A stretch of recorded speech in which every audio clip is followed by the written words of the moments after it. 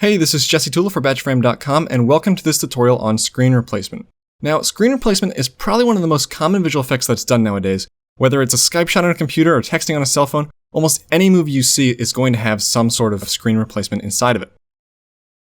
And sometimes it can be really simple, other times it can be more complex. This is a fairly more complex shot that we're going to be working on, so let's start by just watching through this clip.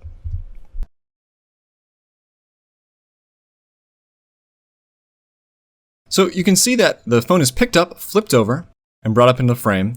There's a thumb over top of the screen that swipes, and then the phone's taken out. Now, some other things about this clip. One, when the phone's at its furthest point, not only is there a good amount of motion blur that you can see,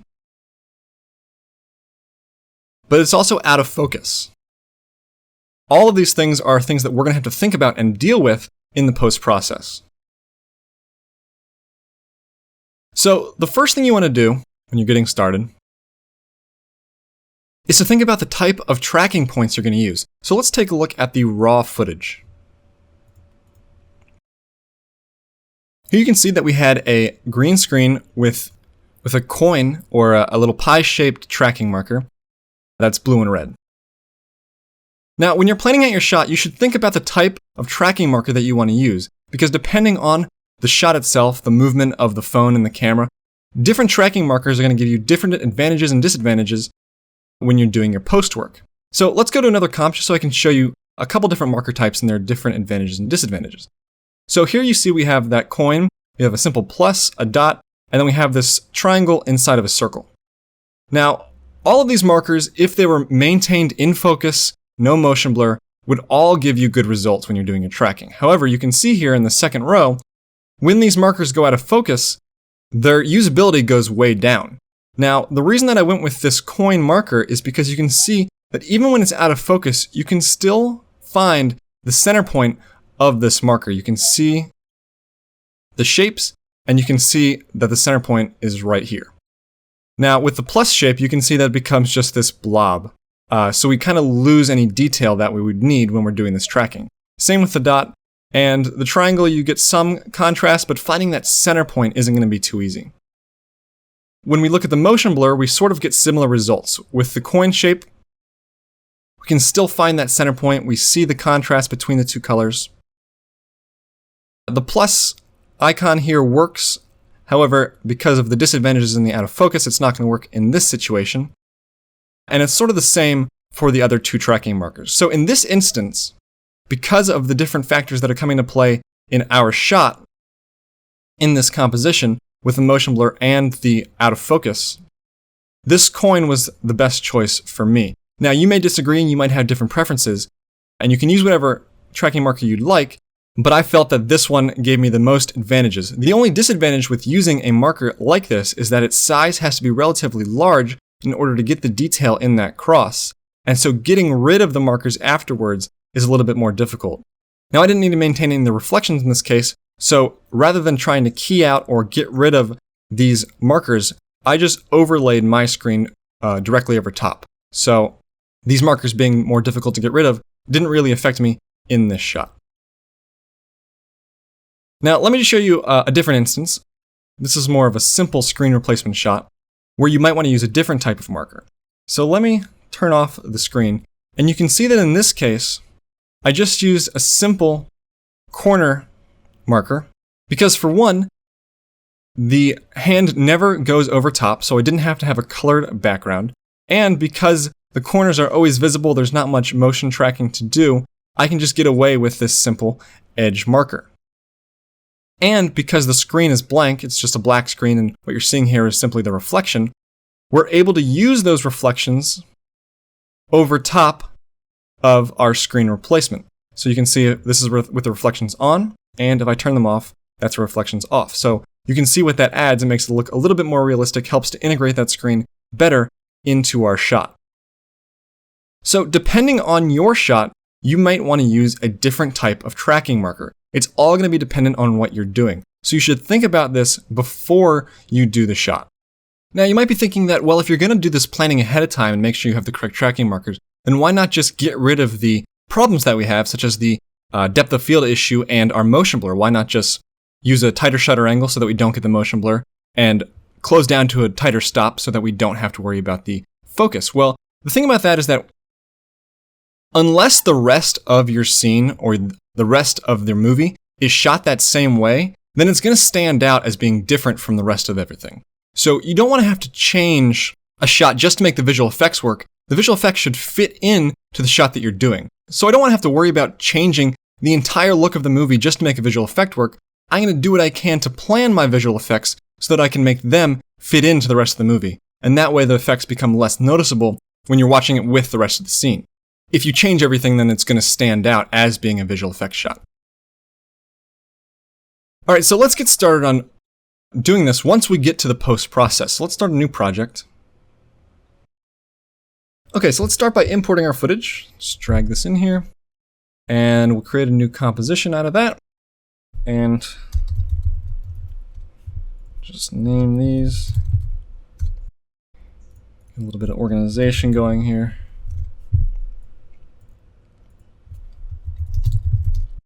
Okay.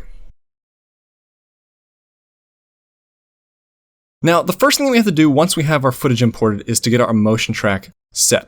Now, if the motion tracking is even a little bit off, you're going to notice it in your final render. So this is a very important step. Now, we have plenty of choices when we're talking about motion trackers. We have Mocha for After Effects. We have plenty of third-party motion trackers. But I'm actually just going to stick with the built-in track motion option in After Effects. And the reason for this is that because of all of the issues that we talked about, such as the motion blur, the phone flipping over, the out of focus, all of these different issues, we're actually going to have a few problems no matter what motion tracker we use. So I'm just going to go the more manual route, use this motion tracking and some manual motion tracking to get this done. And it actually is going to end up saving us a little bit of time. So to start my motion track, I'm going to go to a point where we have some decent focus and as little motion blur as possible, which is probably right around here. And I'm just going to drag a little marker right here just so I can start all four of our different motion tracks from the same point each time. So let's actually start with this top left point. And the first thing we'll do is we'll create a null object. And the null object is going to end up holding all of the tracking data that we get from this point. So we'll go to Layer, New, Null Object. I'm just going to label this TL for top left and point. Okay, let's go back to our composition. So now we have this null object, and we're actually not going to use that until the tracking is done. So let's click on our footage and let's hit track motion. And right away, it's going to bring up our track point. And we'll just position this over the center of our point. Now, I'm actually going to keep our feature region, which is the smaller box inside, smaller than our track point. I found that if you use the whole point, it has a more difficult time finding that center area. So I'm actually going to shrink it down so it fits inside, and we'll extend this box. Now, if you haven't done much tracking within After Effects, let me talk a little bit about what these two boxes are. The smaller box is called our feature region, and this is the region that's going to be searched and attempted to be matched throughout the tracking process. So whatever is inside this box is what After Effects is going to be looking for. Now, the larger area is where After Effects will be looking for the feature region. So this one's called the search region. Now, you want to keep the search region as small as possible while still allowing room for the feature region to move around. So if we had made it this small, as soon as this point moves, it's probably going to be outside of that search region and After Effects won't be able to find it. So you're going to keep this large enough that any motion that happens from frame to frame will still be able to maintain that track point. Now let's actually go into the options as well. So here we have our motion tracker options, and we really only need to worry about this lower section. So down here we have the channel, and you can see I have it set to RGB. Now by default, I believe it's set to luminance, and because our three colors back here are actually straight red, straight blue, and straight green, their luminances are all pretty similar. So if we kept it selected for this track, it's going to have a hard time finding these points because of how similar in luminance all the colors are to each other. So I'm actually going to select RGB because you can see the contrast between the colors, and RGB searches for colors rather than luminance or saturation. Now, if we chose saturation, because all of these are 100% green, 100% red, 100% blue, the the saturation for each of them is actually exactly the same. So this wouldn't be able to find a thing if we used saturation as our search channel. So let's keep that in RGB. And then down here you can see enhance before match, track fields, and a couple more options. And let's talk about each of these. Enhance before match, what this does is actually blurs out your image just a little bit to get rid of any grain or other noise issues that you might run into. I'm actually going to uncheck this because we don't need to worry about this in this case. However, if you're getting problems because of noise in your image, then you might want to check this box. Track fields is for interlaced footage. What it actually does is separate the upper and lower fields into two separate video clips. It tracks them both separately and then combines that tracking data. Now this is progressive footage, so that option is going to be left unchecked. Subpixel positioning, with this we do want to leave checked. If it was unchecked, basically if your track ended up between a pixel or somewhere not directly on a pixel, After Effects would round that position to the nearest pixel. Now we want our track to be as accurate as possible or else we're going to notice those issues, so we're going to keep the subpixel positioning turned on. Now the last option, adapt feature on every frame. What this does is right now you can see what our feature region looks like. And it's going to continue searching for this feature region all the way throughout the track backwards and forwards. Now, if it gets to a point where the confidence is below 80%, so if After Effects isn't quite sure if it's found that tracker, it's going to adapt the feature, which means that wherever it loses that confidence, it's going to recache what it uses as that feature region and change it so that it can continue to find that feature throughout the track. Now what this means for us is that when it starts to go out of focus or when the motion blur starts to overtake our tracker, it's going to have to adapt that feature to search for the out of focus tracker rather than the in focus tracker. Now its confidence is set to 80%, which means that if it is anywhere from 80 to 100% confidence, it's going to keep on going with the same feature. But if it drops below, it's going to adapt the feature and change it so that it continue to search. Now, I'm actually going to change this to stop tracking. So what that's going to do is as soon as it goes below 80% confidence, the track's just going to stop.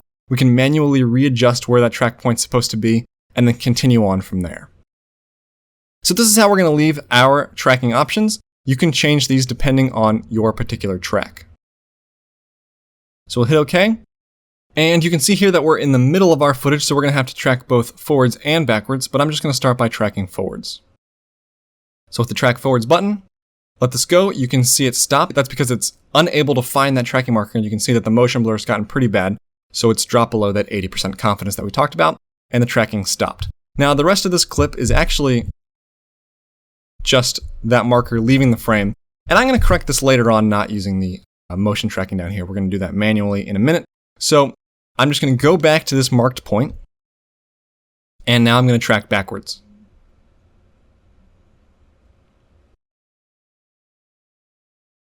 Okay, so it's gotten to its next point and it's stopped. And you can see right here that this track point is actually a little bit off, and that we're going to have to do some manual adjusting. So I'll just show you, I'll adjust this point simply by clicking in the area between the search and the feature region.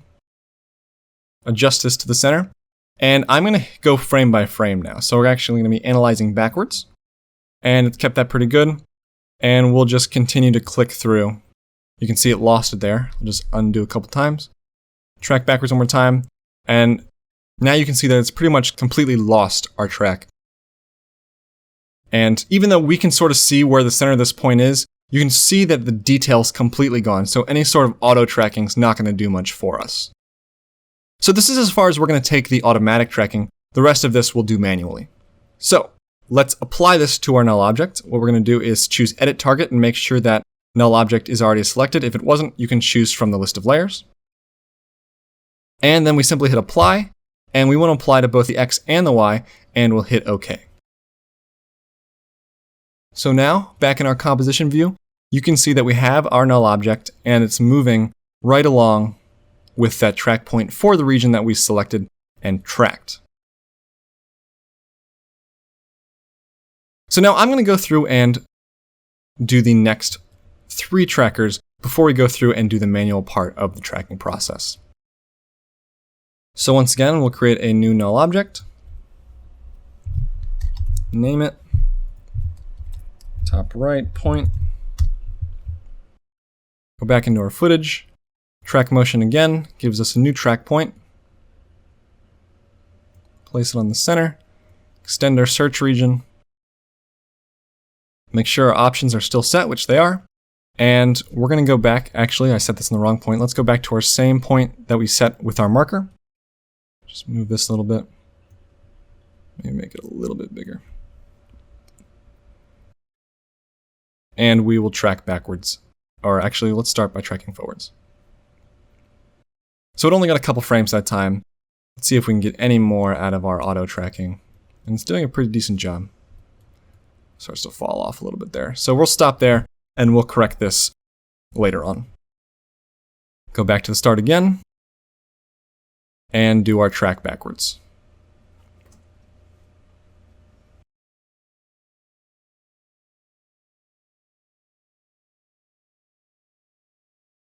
Okay, so that one did a pretty good job of tracking all the way through the shot, and this is as far as we need to take it.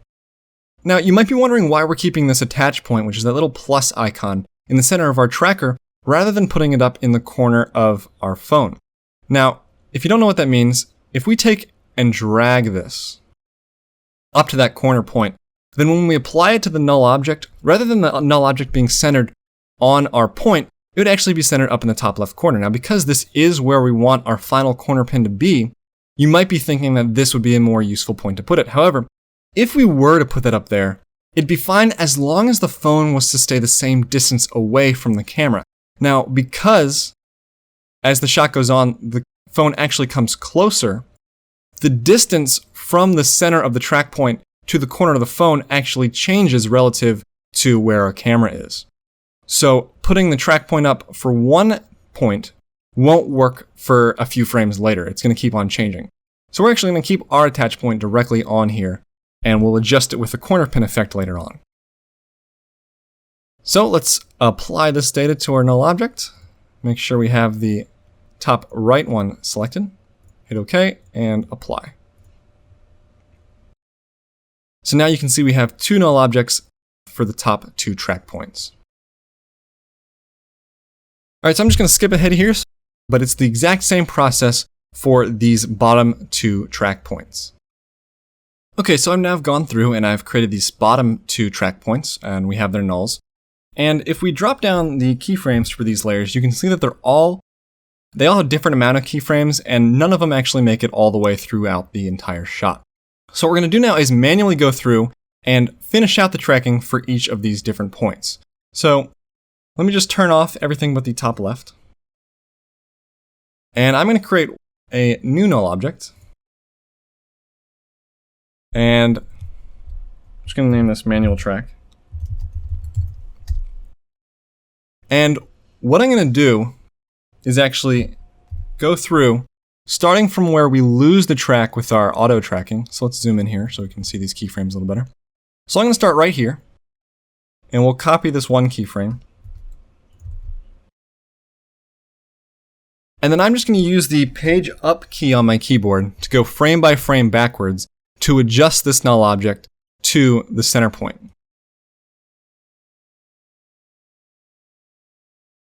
So this is when using that coin track point comes in handy, because you can still find that center point even though this is out of focus and blurry. You can still see where the center of this point is.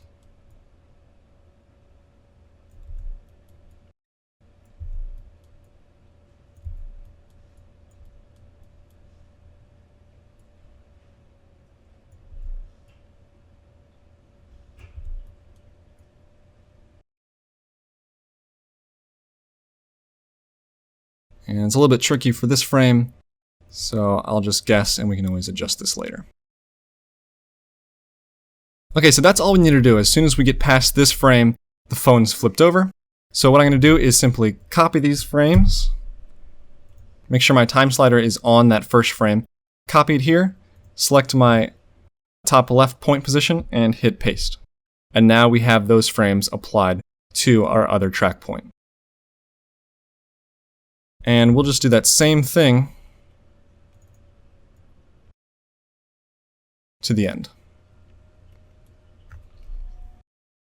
So zoom in here, copy this frame, paste it onto this layer, and we'll scrub through. Now you can see here that because of the motion blur, it's getting pretty difficult to figure out exactly where the middle is. But if you look at how our motion blur you can see it's sort of got all of these separate circles.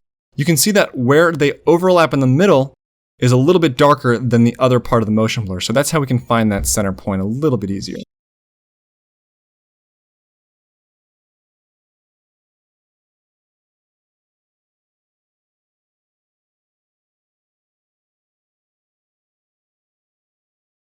And one thing to remember is that because we are doing this motion tracking by hand, and everything's going to be maintained throughout the project with these 4 null object track points, we'll be able to adjust anything throughout the entire project in case we need to make this track work a little bit better. But everything should be fine with this manual track. So we have some good track points there. Select these keyframes, scrub to the first frame, and paste them onto our actual track point. So now we'll repeat this for our next point. So we can turn this one off, turn this on, just to see it. And a little tool that I've made for myself, I found it to be a little bit easier and a little bit more time saving, rather than moving the null object, is a little effect called manual track. So what we're going to do, and this is available right now only for Windows, I'll put it up on the site.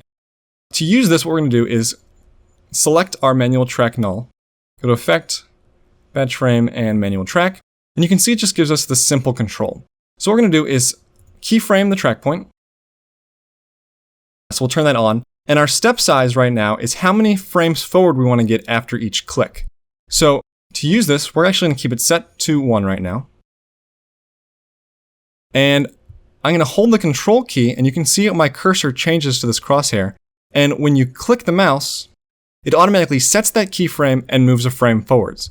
So now rather than having to use the page down key to go a frame forwards and move a null object, you can simply click using the crosshair where you want that keyframe to be.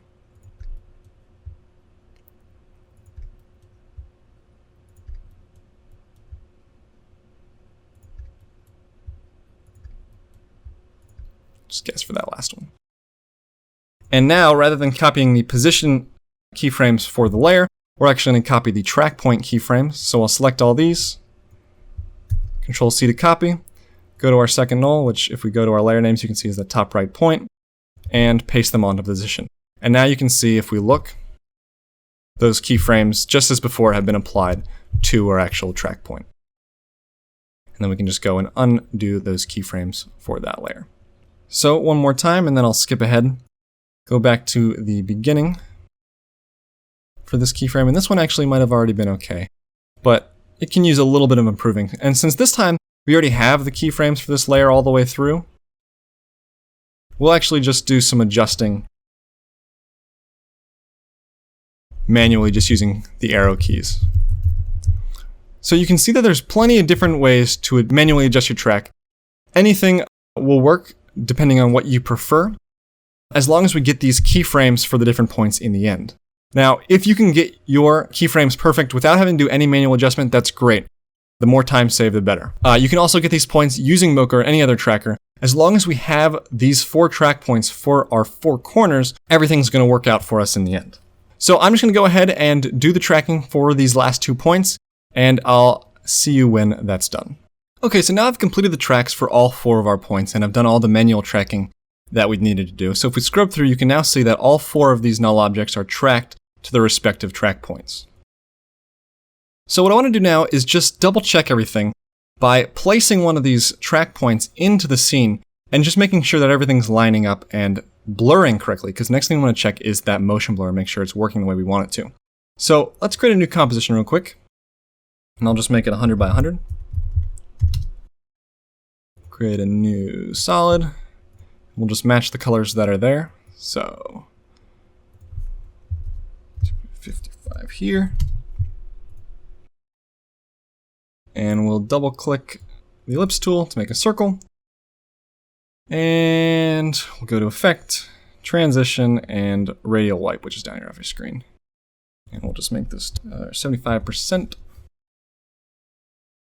So now we have a piece of our pie. And we'll duplicate this, set the rotation to 180. Then we'll create a new solid, change the color to red. So 0 here, 255 here. put it below, and once again, double click our ellipse tool. So now we have the same tracking marker that we used on the phone, and we can go back into our main comp, and we'll just name this tracker. So let's drop this in, and we can get rid of this manual track null, because we don't need that anymore. And let's copy the current position from our top left tracking point. And then we'll parent it to that track point. And I'm just going to scale this down just to match the track point we've got. And maybe I'll even match the rotation. It looks like the rotation's pretty much matched there. Cool. So let's turn on motion blur for this layer, turn on motion blur for the composition, and let's go through this step by step. Let's give us some more room in this composition window. So let's go through. We turn this opacity down to 50 so we can see underneath. Let's go to somewhere we have a lot of motion blur. Okay, so let's see here. We have our tracker and we have the actual tracker. And if we turn off our tracker, you can see that the motion blur for ours is way ahead of where this tracker's is. So what we have to do here is make some adjustments to our composition settings in order to get our motion blur to match up with our actual footage. Now let's solo this out for a second, and we'll turn off the checkerboard. And you can see right now that the motion blur from our After Effects layer is actually in front of the layer itself. And what this means is that After Effects is generating the motion blur based on whatever the next frame is.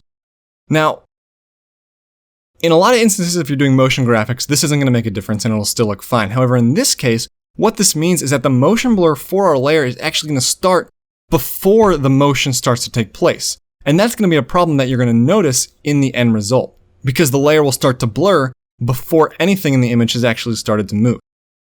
So we can actually adjust this by going into our composition settings, under the Advanced tab, and playing with these motion blur settings. Now, by default, our shutter angle is set to 180, our shutter phase is set to 0, our samples per frame is set to 16, and our adaptive sample limit is set to 128. Now we're going to actually adjust all of these. Now the first thing I want to do is match our shutter angle. Now the shutter angle from our footage was actually somewhere around 235, which is why we have so much motion blur. The higher the shutter angle, the more motion blur you get. If you have a lower shutter angle, it's going to be less light getting in and less motion blur. So we actually had a pretty open shutter angle here. So I'm going to set this to 235 to match. If I move this over to the side, you can see when I change this to 235, that motion blur trail actually got longer, and that's because of our more open shutter. Now let's turn this back to a solo just so we can see what the next change does. Go back into our composition settings, into the Advanced tab. Now, we're going to mess with the shutter phase, and what we want it to do is make it so that our tracker, the entire motion blur, shifts to the right so it's more centered with our track point. So let's turn that track point on just so we can get a reference for where we are. So you can see right now, the motion blur is completely in front of that point. And as we adjust the shutter phase, you can see how that motion blur is shifting. So what we're going to do is go into the negative area so that it's more centered. Now, if you want this to be exact, what you actually want to do is take half of your shutter angle and throw it into the negative space. So since our shutter angle is 235, our shutter phase is actually going to be negative 117, which is just about half of 235. So negative 117. And you can see that now we're completely centered with our motion blur. Hit OK, unsolo these layers, and you can see that now we're pretty much matched on top of our actual footage. Now, if we look at this footage, another thing we can see is that there are actually separate circles, different instances of the motion blur, and you can sort of see each separate piece of motion. And if we count those up, there's actually about 8 separate instances of our motion blur. And we can match that as well using the other 2 settings. So if we go into our composition settings, you can see right now we have samples per frame is set to 16, and our adaptive sample limit is set to 128. Now what this means is that by default, it's going to use 16 samples per frame. And if it's needed, meaning if there's a lot of motion going on, it can automatically change that sample limit up to 128 samples at the most in order to make that motion blur completely smooth. Now, a lot of times that's a good thing. However, in our case, we're actually trying to match this not very smooth motion blur from our actual footage. So since we said there were 8 samples here that we could visibly see, we're going to go in and change both of these numbers down to 8. And what that's going to do is make it so maximum at any time, there can only be 8 separate samples for our motion blur. And you can see the change that that's caused. If we solo these out again, you can see now our motion blur that we have doesn't look very pretty, but it matches much closer to what we actually have from our footage. Okay, so now let's zoom out here and let's just do a quick render of this and watch how this track point moves. And you can see that it's doing a really good job of staying directly on top of our layer and moving perfectly with that track point that's underneath it. So that's a good way to test to make sure that your track's working well. Another way to use these fake trackers is to improve your motion track. Now, if you go through and you find that your track is not good enough, you can actually use these attached to your null object to adjust the track by just trying to match your tracker to the one below it. So if you can't get your track to work out perfectly, you can try that method. But I'm actually pretty happy with how my track points are looking, so it's actually time to start working on the screen replacement itself. Alright, so let's import that screen footage. Just drag it in here. And I'm just going to drag it into a new composition. So here you have our screen. I've done this ahead of time, so it already matches the motion of the thumb. But you would have to match that on your own time for your own projects. So what I'm going to do to start is pre-comp this composition. And I want to set the size of this composition to match our main comp, which is 1920 by 1080. So composition settings, 1920 by 1080. I'll leave it as square pixels and everything else can stay the same. And then I want to stretch this composition to fit inside this frame. So transform and fit to comp. So you can see now we have it stretched out and matching the size of this frame. And what that's going to do is when we apply our corner pin, it'll correct itself and work well for our shot. So now we can drop in this screen 2 comp, and let's just call this stretched comp. And we can drag it into our main comp. We're going to apply the CC power pin effect. Now, the reason that we went with power pin rather than just the basic corner pin effect is because of this expansion section down here at the bottom, and I'll talk about that in a second. But let's start by attaching all of these different points to our track points. So give us a little bit more room here. Alt-click on the stopwatch, which will bring everything up down here. And then we're just going to pick whip our points up here to our null objects down here. So Alt-click, top left, and drag it down to the top left position. Top right to the top right position, and so on. Okay, and then if we go back and look at our composition, you can see now that our frame is matched directly on to those points, and it follows it as we go through. And now is when we use these expansion options down here at the bottom. So let's go back to that same frame that we marked before. And what I'm going to do is simply increase these different parameters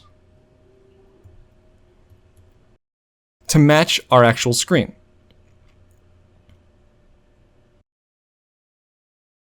And if you want to just make sure that there aren't going to be any issues later on, it's better to err on too much stretch rather than too little, because if you have too much, when we do the key, it'll still be covered up.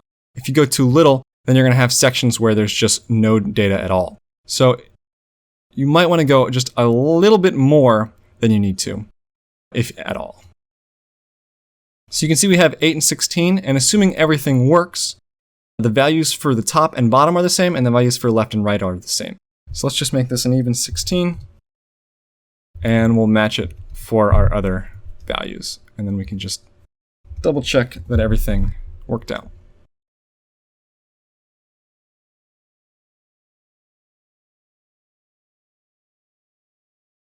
So you can see that all looks pretty good. If anything, perhaps later on we'll make the left stretch out a little bit more, but it's looking pretty good right now. So if we scrub through this, you can see that we're pretty well matched. And if we turn on our motion blur, you can see that everything's doing pretty well. Now we are getting a little bit of this green fringe, but when we do our key, that's going to go away, become black, and you'll never notice it. So now let's get on with our key. So let's get rid of this tracker here. We don't need that anymore. And the track points we have to keep because they're using expressions and driving our power pin effect, but we can shy those away for now. So now we just have our footage and our screen replacement. So let's actually drag that screen below and let's get to work on our key. So we're just going to go to Effect and Key Light, and we're just going to click on the screen over by the corner, and that'll probably work out good enough for our whole shot. And what we're going to actually do, just to make this a little bit better, is actually change it to intermediate result, and we're going to use a couple of the new features in After Effects. We're going to use the key cleaner and the advanced spill suppressor. Now, in order for the key cleaner to work, we actually want to set this view mode to intermediate result, which is why I did that before. So now we can go in here, we'll search for key cleaner, which is under the same keying section as key light. And we can drag that on, and we'll actually leave this at the default settings. And if we turn this on and off, you can see it's giving us a little bit there to make our key more accurate. And then we can finish it out with the advanced spill suppressor.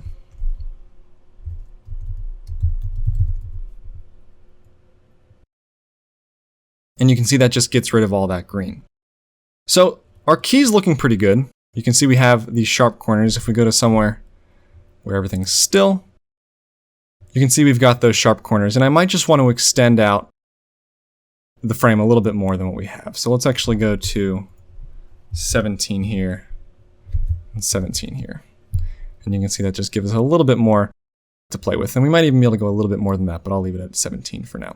Now the problem that we still have is these tracking markers. We need to get rid of those too. Now, I'm not worried about getting rid of the reflections. They're already pretty much gone from our key. So instead of maybe keying these out, the red and the blue, I'm actually just going to use a matte to get rid of the tracking markers themselves. So what I want to do is create a new solid. Doesn't matter what color because we're just going to use it as a matte. And I'm going to copy the power pin effect onto this red solid. So now you can see that it's matched on the screen the same as our stretch composition. The only change here that I want to make is I want to scale the expansion down so it's just covering those tracking markers.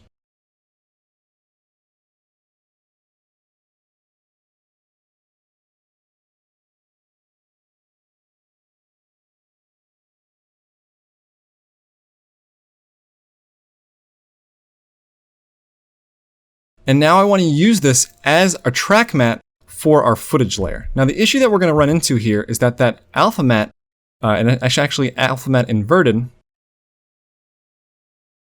is going to have a problem when we start to get into the motion blur. So let's find a place where there's lots of motion blur.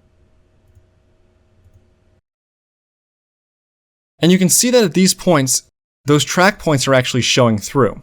And if we turn on the motion blur for this layer, you can see that they're still sort of there.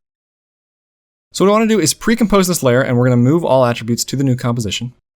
And the problem we're going to have when we do this is that our expressions that are linking that power pin effect are going to be completely gone. So we'll get to some errors.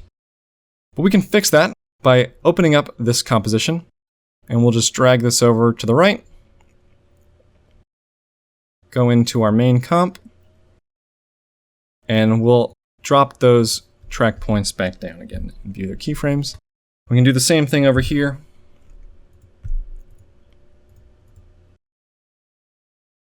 And we'll just simply relink these expressions.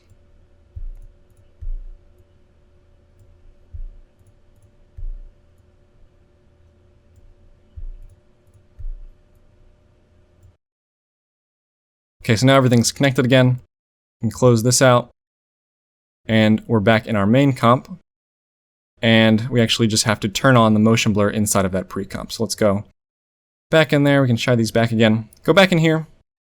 Turn on our motion blur again. Okay, so now we're good to go. And what this allows us to do is apply the levels effect to our alpha channel. And if we drag these down to the left side, the motion blur, if we turn this layer on, is going to become more opaque. You can see without the levels effect, and as we increase this, the semi-opaque parts of the layer are becoming completely opaque, which blocks out the tracking markers completely. And then if you want, just so you don't see that harsh edge, is we can add back in a little bit of blur, maybe like 5 pixels worth, just so you don't see that edge. And that will work out to get rid of our tracking marker.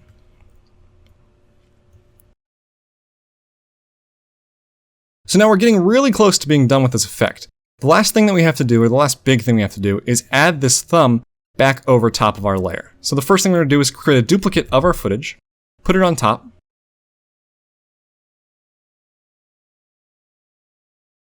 and we're just going to cut out the thumb. So I'm just going to do a really loose roto. Maybe give us just a few extra points to play with.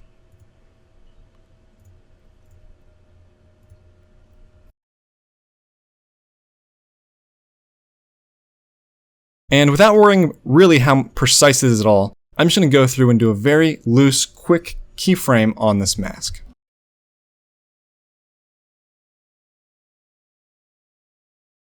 And the only part we're worrying about is the thumb itself, mainly, and really only, where it's over the screen. If it's not over the screen, we don't really care.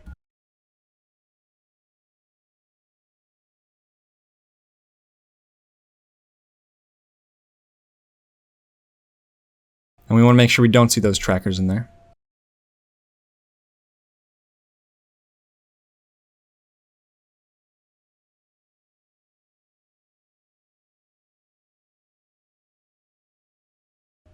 Okay, so you can see that this is a very ugly roto, but it will get the job done and it will do what we need it to do. I'm actually going to move it to a separate layer though and make it a matte, because you can see we're getting these strange issues, and making it a matte rather than a mask on the layer will solve that. So we'll create a new solid.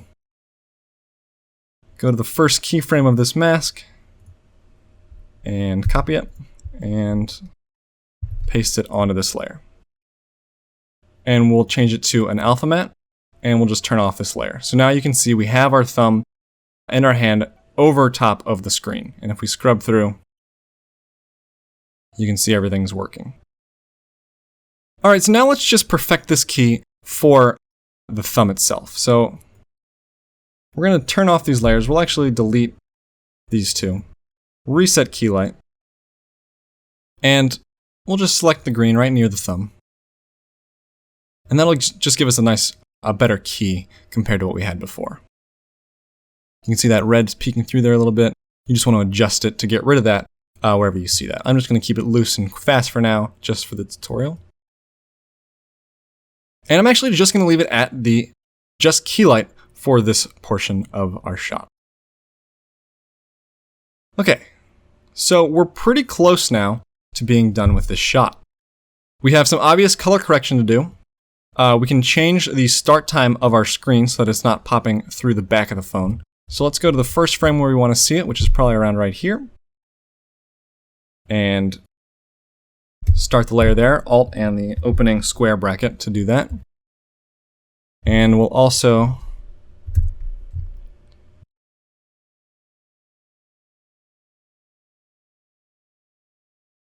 start these other layers at the same time. So it's normal until here, and then once our screen comes in, then we will add the rest. Now you can see down here we're having a little issue with the key, so let's fix that real quick. Let's just change the screen color. We'll go back to source, and let's change the screen color to match this area. And let's actually use the advanced bill suppressor for this layer as well. So I'm going to change it from source to intermediate result, and then I'll just add in this advanced bill suppressor. And that cleans it up pretty well. So we'll stick with that. So now that we have our thumb back on top, all we have left is to add in the focus change.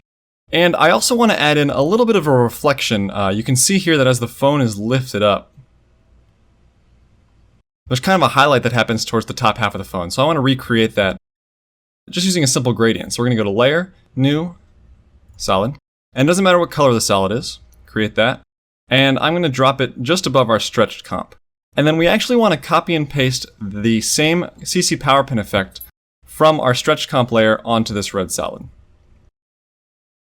So copy and paste. And now our red solid has the same keyframes. And then what I want to do is add a gradient effect. So we're going to go to Effect, Generate, and Gradient Ramp. And I'm going to drag this effect above the power pin effect. So you can see we're getting this gradient. And I'm going to swap the colors.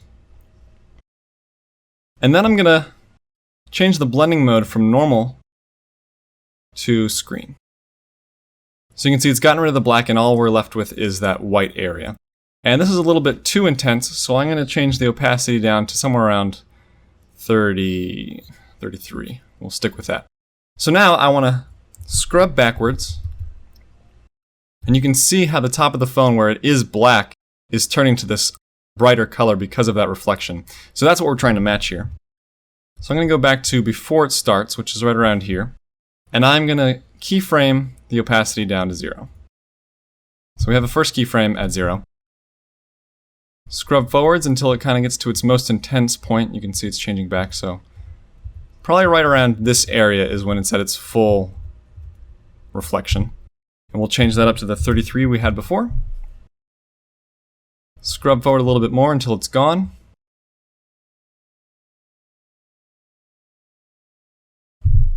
And I'll change it back down to 0.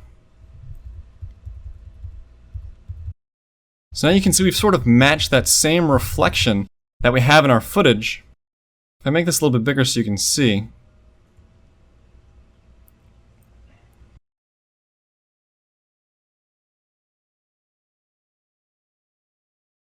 You can see that now that we've matched that reflection, everything really blends well. And just adding that simple gradient ramp really makes it feel like that screen is supposed to be there, like it was shot with the screen already there. Now the only other thing we have to do is match that depth of field, make it so it's out of focus when the phone is first flipped over. And it's really not that out of focus, so we're just going to add just a very small fast blur to this layer, and we'll just do a simple 2 keyframe move from when it's at its furthest point to when it's brought into focus. So I'm going to go to Blur and Sharpen and Fast Blur. And we'll just make it something like 5, and that'll be fine. And we'll set a keyframe when it's at its furthest point. And maybe we'll actually change it so it doesn't start going into focus until the phone actually starts moving towards the camera. So let's move that blurriness keyframe to here. Step forwards until it's brought all the way into focus, which is right around here, and we'll just keyframe it down to 0.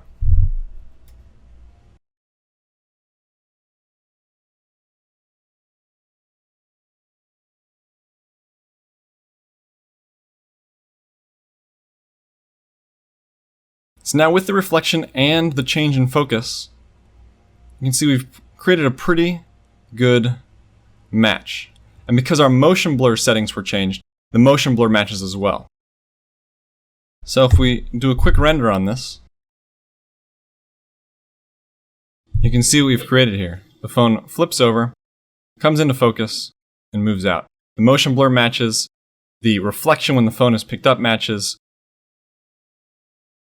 Everything's looking pretty good. Now the only thing we do have to change is the color of the entire image. You can see everything looks a little bit washed out. And that was done purposely just to maintain as much detail as possible in the footage. Let's just add a quick adjustment layer. Drop this on top. And I'm just going to use the levels effect. And just very simply increase the contrast.